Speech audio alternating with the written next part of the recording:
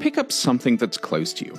Anything. It might be a glass, or a smartphone, or even a t-shirt. It doesn't really matter what. Now, think about what this thing does well. It could be holding water or chasing Pokemon, or if you're thinking about that t-shirt, making you feel awesome.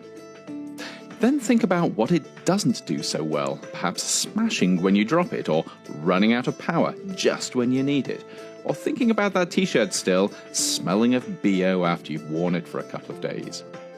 It might not be obvious, but all of these things, the good stuff and the bad, depend on the individual atoms that make up the things around us, and importantly, how they're put together. It's a bit like a car working because of how all the individual bits are arranged. It's not just a case of having 4 wheels, an engine and a steering wheel. They all have to be in the right place if you want a car that gets you to where you're going without falling apart. Of course, atoms are a bit smaller than the wheels on a car, but the same idea holds. How the different atoms in something are arranged can affect things like how strong or how weak it is, or if it conducts electricity, or if you can see through it, or even what it feels like. In fact, pretty much anything that the stuff around you does, it does because of how all the different atoms it's made of are put together. And this includes the things that you don't want stuff to do, like breaking, or smelling, or running out of power. If we were really smart, of course, we'd make the stuff around us work better simply by doing a better job of arranging the different atoms it's made of. And if we were smarter still, we could make totally new stuff by putting atoms together in ways that we'd never done before. We could even start to create stuff that behaves in quite unusual ways, because when you start playing around with atoms, you can tap into some really weird quantum physics.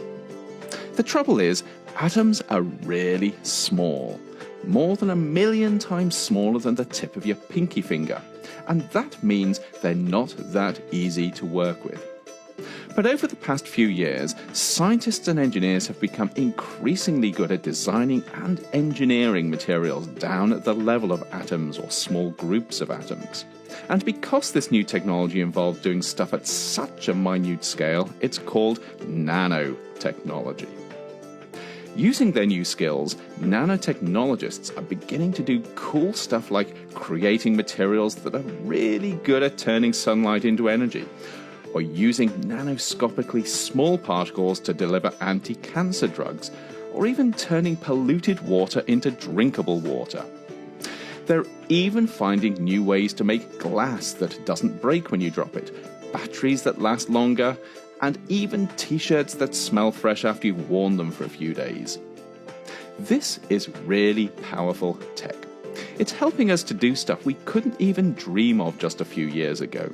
But because nanotechnology is so powerful, we need to be really careful how we use it, just in case we end up causing more problems than we solve. The last thing we want is to make better solar cells that also destroy the environment, or design more efficient water filters that just happen to cause more pollution. Because of this, scientists and others are working hard to make sure we develop and use nanotechnology responsibly. But this isn't just down to nanotechnologists. It's something everyone can be part of, because at the end of the day, it's up to us to decide just how much we want nanotechnology-enabled products and what we're willing to put up with to get them.